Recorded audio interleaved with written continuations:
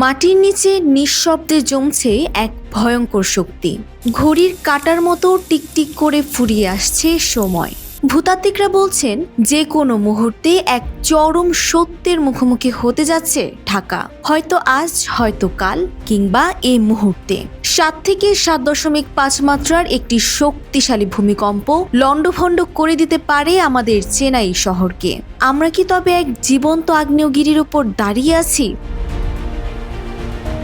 বিশেষজ্ঞদের মতে ৩০০ থেকে ৫০০ বছরের ভূমিকম্পের যে প্রাকৃতিক চক্র তা প্রায় পূর্ণ হওয়ার পথে।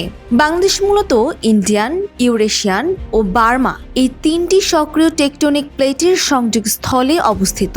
বিশেষ করে ঢাকার তলদেশে থাকা মধুপুর ফল্ট এবং উত্তর পূর্বাঞ্চলের ডাউকে ফল্টে দীর্ঘদিন ধরে জমে থাকা ভূচাপ এখন বিস্ফোরণমুখ। সম্প্রতি নরসিংদীর ৫.৭ মাত্রার কম্পন কিংবা ভেনেজুয়েলার ৭.২ মাত্রার বিপর্যয় আমাদের জন্য বড় এক সতর্কবার্তা।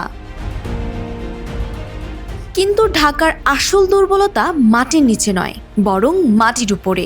বুয়েটের অধ্যাপক ডক্টর মেহেদী আহমেদ আনসারি জানান, জলাশয় ভরাট করে গড়ে ওঠা ঢাকার নরম মাটি ভূমিকম্পের সময় তরলের মতো আচরণ করতে পারে, যাতে বহুতল ভবন মুহূর্তেই দেবে যাবে। রাজুকের এক ভয়াবহ পরিসংখ্যান বলছে ৭ মাত্রার ভূমিকম্প হলে শহরের ২১ লাখ স্থাপনার মধ্যে প্রায় ৭২,০০০ ভবন পুরোপুরি ধসে পড়বে, আর চোখের পলকে প্রাণ হারাতে পারে ৩ থেকে ৪ লাখ মানুষ। প্রকৃতির এই তাণ্ডবকে থামানোর সাধ্য মানুষের নেই, তবে ক্ষতি কমানো সম্ভব।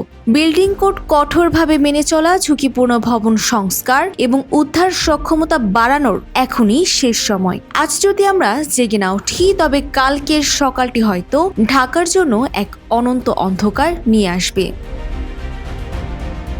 Desk report, Bangladesh bulletin.